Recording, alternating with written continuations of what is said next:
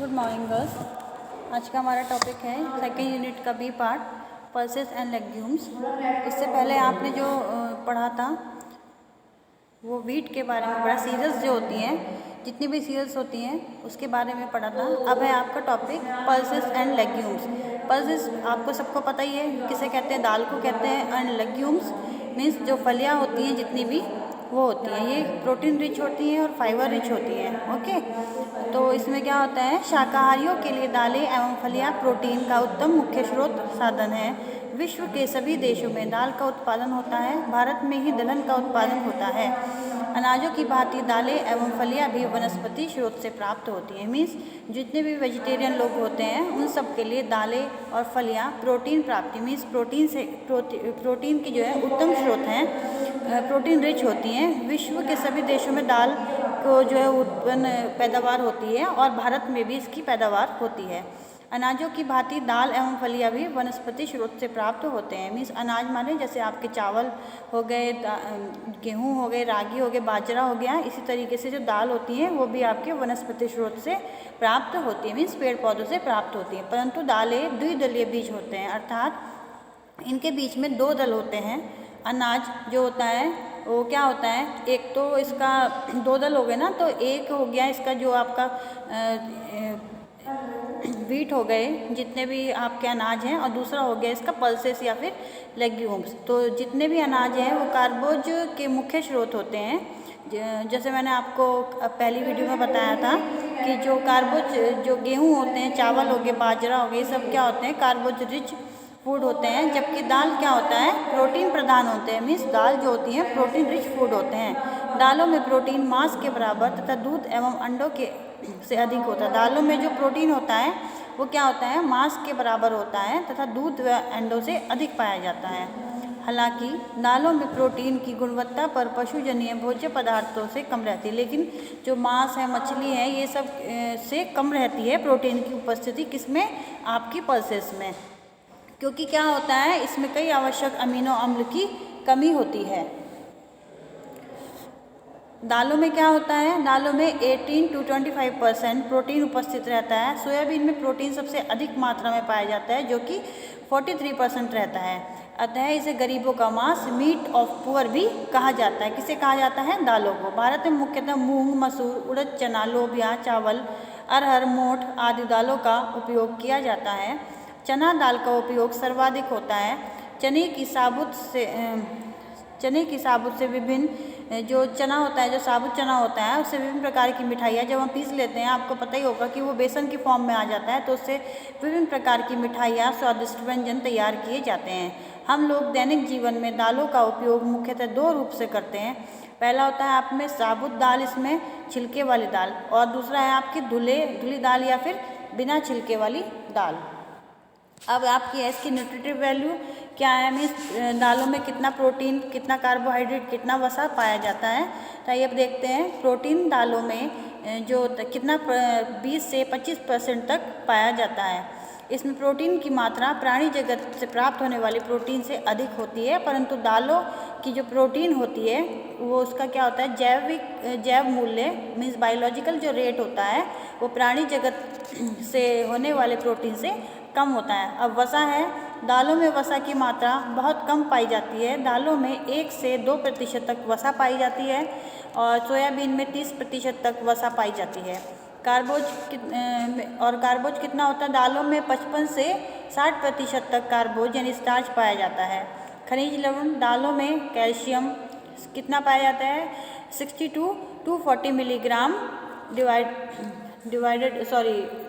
/100 पाया जाता है, तथा लोहे लवण कितना पाया जाता है, 5.0 to 10 मिलियन ग्राम/100 ग्राम के हिसाब से उपस्थित होता है। विटामिन, दालों में विटामिन B1, B2 तथा निकोटिनिक अम्ल अच्छी मात्रा में पाए जाते हैं। प्रति 100 ग्राम दाल में 20 से 72 मिलीग्राम तक थायमिन, 1.5 to 85 मिलीग्राम राइबोफ्लेविन तथा 1.3 to 3.5 मिलीग्राम निकोटिनिक अम्ल पाया जाता है। दालों में विटामिन सी की कमी रहती है। दालों में जो है हमारा विटामिन सी नहीं पाया जाता है। अब है आपका वेजिटेबल्स एंड पल्सेस। अभी आपने क्या पढ़ा था, पल्सेस एंड लेग्यूम्स। अब इसी का आपका नेक्स्ट पार्ट है वेजिटेबल्स एंड पल्सेस। इसमें क्या होता है, प्राणी जगत से प्राप्त होने वाले आहार में सबसे महत्वपूर्ण स्थान शाक सब्जियों का भी है। आपने देखा होगा हमारे घर में एक टाइम दाल बनती है तो दूसरे टाइम सब्जी जरूर बनती है, और सुबह नाश्ते में भी ज़रूर सब्जी बनेगी। पराठे खा रहे हो हम चाहे तो उसके साथ सब्जी हमें ज़रूर चाहिए, चाहे वो तरी वाली बनाए या सूखी किसी भी फॉर्म में हो। तो सब्जियां जो हैं हमें जो वनस्पति जगत से प्राप्त होती हैं, और शाक सब्जियों का हमारे जीवन में एक बहुत ही महत्वपूर्ण स्थान है। पहले शाक सब्जियों के पोषण मूल्य के बारे में अधिक ज्ञान नहीं था, परंतु सन 1911 में शर्मैन की पुस्तक फूड केमिस्ट्री के प्रकाशित होने पर लोगों को यह ज्ञात हुआ कि खनिज लवण विटामिन की दृष्टि से शब्दों को आहार में कितना महत्वपूर्ण स्थान है। मीन्स जब पहले जो लोग थे उन लोगों को बिल्कुल भी नहीं इस बात का ज्ञान था कि कौन सी सब्जी से कौन सा विटामिन मिल रहा है, कौन सा पोषक तत्व मिल रहा है, क्या खनिज लवण है, उसमें कुछ नहीं पता है। लेकिन एक 1911 में एक वैज्ञानिक थे शर्मैन, जिनकी पुस्तक लिखी गई फूड केमिस्ट्री, वो प्रकाशित हुई। उसके बाद उसे लोगों ने पढ़ा, उसके बारे में फिर उन्हें ज्ञान हुआ लोगों को कि कौन से फूड में कितने प्रतिशत खनिज लवण पाए जाते हैं, कितने विटामिन पाए जाते हैं। सब्जियां वास्तव में पौधे या पौधों के आधार के वह भाग होते हैं जिनमें मुख्य रूप से भोज्य रूप से प्रयुक्त किया जाता है। अब फर्स्ट पॉइंट है इसका, शाक सब्जी का वर्गीकरण निम्न प्रकार से किया जाता है। पहला है आपके पौधों के भाग के आधार पर वर्गीकरण, दूसरा है आपका जलांश के आधार पर वर्गीकरण, तीसरा है पौष्टिक तत्वों के आधार पर वर्गीकरण, चौथा है आपका रंग के आधार पर वर्गीकरण। अब पहला है आपका इसमें पौधों के आधार पर वर्गीकरण। पौधों का वह भाग जिसमें सब्जियां प्राप्त होती हैं, जैसे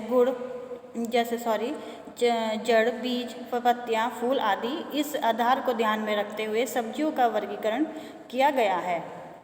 तो पहला आपका आया है इसमें जो पौधों का भाग है, पौधों के भाग पर आधार पर वर्गीकरण। इसमें भी इसके 5 पार्ट्स दिए हैं। कौन कौन से दिए हैं? पहला है आपका कंद मूल वाली भाजियाँ।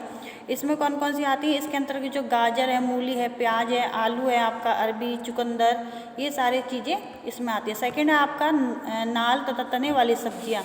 इसमें कौन कौन सी आती? इसमें वह सब्जियां सम्मिलित होती हैं जो मिट्टी से बाहर तने के रूप में उगती व बढ़ती है। जैसे आपका केला हो गया, तो केले का क्या होता है, तना जो है अंदर होता है और बाहर जो है उसकी शाखाएं निकलती हैं। अब जो कमल ककड़ी है वो भी इसी तरह होते हैं। प्याज के नाल, प्याज भी आपने देखा होगा, प्याज की जो उपज होती है वो प्याज अंदर होती है मिट्टी के, और उसकी जो पौध है वो बाहर निकलती है, आदि इसी समूह के अंतर्गत आते हैं। फिर आपका नेक्स्ट है इसमें पत्तियाँ वाली भाजी। पत्तियाँ वाली जो भाजी होती है इसमें आता है जो भी आपको मैंने पहले भी बताया था इससे पहले वीडियो में, जो पत्ती वाली भाजियाँ होती हैं वो क्लोरोफिल नामक अम्ल रहता है उसमें, जो कि क्या करता है, सूर्य से फोटोसिंथेसिस के द्वारा और वाटर के द्वारा रिएक्शन करके अपनी जड़ों में क्या कर लेते हैं, कार्बोज को एकत्रित कर लेते हैं। तो इसके अंतर्गत कौन कौन सी सब्जी आती हैं? जैसे आपकी पालक, सोया हो गई, बथुआ, मेथी, सरसों, चौलाई आदि सम्मिलित होती हैं। फिर नेक्स्ट है आपका फूल वाली भाजियाँ। फूल वाली भाजियों के अंतर्गत कौन कौन सी आती है? फूल गोभी हो गई, आपके केले हो गए, केले का फूल, सहजन व कचनार के फूल आते हैं। फिर है आपका इसमें फल वाली भाजियाँ।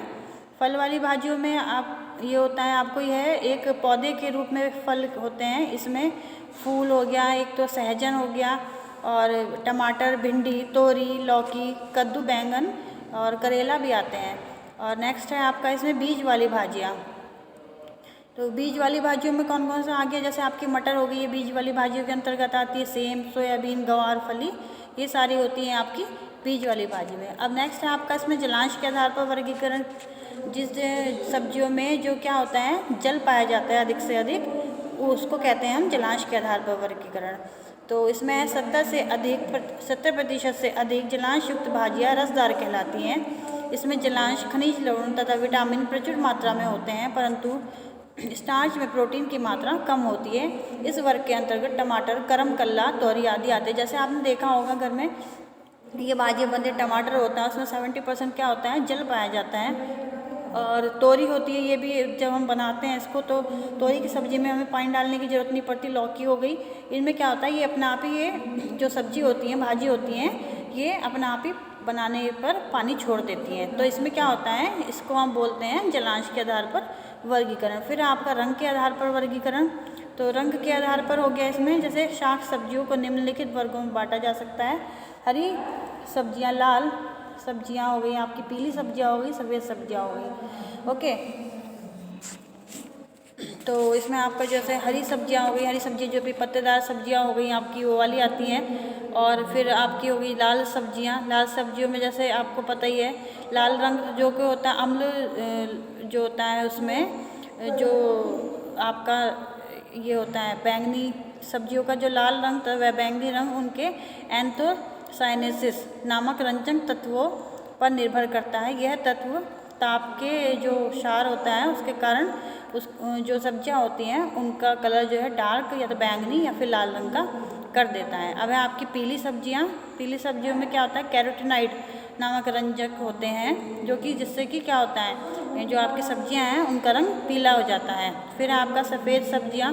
सफ़ेद सब्जियों में रंजक तत्वों की अनुपस्थिति परिणाम स्वरूप सब्जियों का रंग सफ़ेद हो जाता है, जैसे कि आपकी प्याज हो गई और सफ़ेद वाले बैंगन हो गए, ये वाली सब्जियां हो गई। फिर आपका पोषक तत्वों के आधार पर वर्गीकरण, पांचवा वर्गीकरण जो करा जाता है वो क्या किसके आधार पर किया जाता है, पोषक तत्वों के आधार पर वर्गीकरण।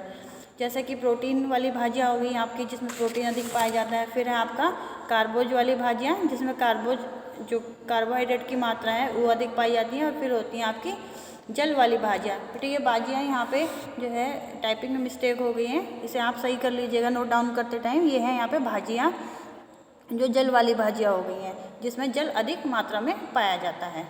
तो आपको समझ में आया होगा। आज का जो टॉपिक है वो था पल्सेस एंड लेग्यूम्स। इसके न्यूट्रिटिव वैल्यू के बारे में हम अगले जो क्लास होगी उसमें पढ़ेंगे। Okay, thank you.